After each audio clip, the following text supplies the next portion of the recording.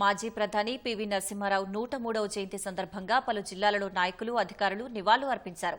హన్మకొండలోని PV విగ్రహానికి వరంగల్ జిల్లా collector ప్రావీణ్యతో పాటు ఎమ్మెల్యేలు రాజేందర్ రెడ్డి, నాగరాజు, శాసనమండలి సభ్యులు బండ ప్రకాష్ పూలమాలలు వేసి నివాళులు అర్పించారు.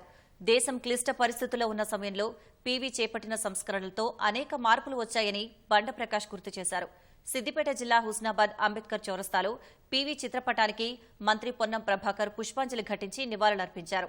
దేశ ప్రధానిగా భూ సంస్కరణలు, ఆర్థిక సంస్కరణలు తేవడం వల్ల మన దేశం ప్రపంచ దేశాలలో ఆర్థిక శక్తిగా ఎదగడానికి దోహదం చేసిన గొప్ప వ్యక్తి పివి నరసింహారావు అని మంత్రి పొన్నం కొనియాడారు.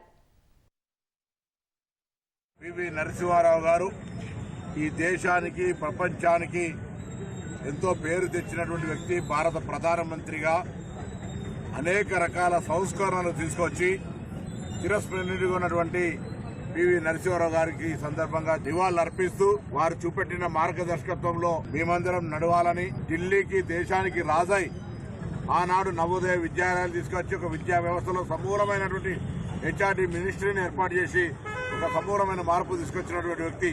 అందుకే పివి నరసింహారావు గారిని ఈరోజు యువత, విద్యార్థులందరూ కూడా ఒక స్ఫూర్తిగా తీసుకోవాలి. వారికి ఈ జయంతి సందర్భంగా ఘనంగా హుస్నాబాద్ కాంగ్రెస్ నియోజకవర్గ పక్షాన ఘనంగా నివాళులు అర్పిస్తా ఉన్నాం. భారత మాజీ ప్రధాని స్వర్గీయ పివి నరసింహారావు గారి 103వ జయంతి సందర్భంగా వరంగల్ నగరంలో పెద్ద ఎత్తున ఈ కార్యక్రమాన్ని నిర్వహిస్తున్నందుకు గర్వంగా ఉంది. పివి గారి ప్రస్థానం పూర్వ వరంగల్ జిల్లా నుంచే మొదలై ఢిల్లీ వరకు వెళ్ళడం ఈ గడ్డ చేసుకున్న అదృష్టంగా నేను భావిస్తున్నాను. అంతేకాకుండా భారతదేశం క్లిష్ట పరిస్థితిలో ఉన్నప్పుడు ప్రధానమంత్రిగా బాధ్యతలు స్వీకరించి అనేక ఆర్థిక సంస్కరణలకు ఆద్యుడిగా నిలిచి ప్రపంచంలోనే భారతదేశాన్ని ఒక బలమైన శక్తిగా నిలిపిన ఘనత పివి నరసింహారావు గారి. మరి వారి ఆలోచనలే ఆనాడు రాజీవ్ గాంధీ గారు కూడా 18 ఏళ్ల ఓటు హక్కు కావచ్చు, పంచాయతీరాజ్ వ్యవస్థను బలోపేతం చేయడం కావచ్చు, అనేక కార్యక్రమాలకు పివి గారి ఆలోచనలే వెన్నుదన్నగా నిలబడ్డాయి.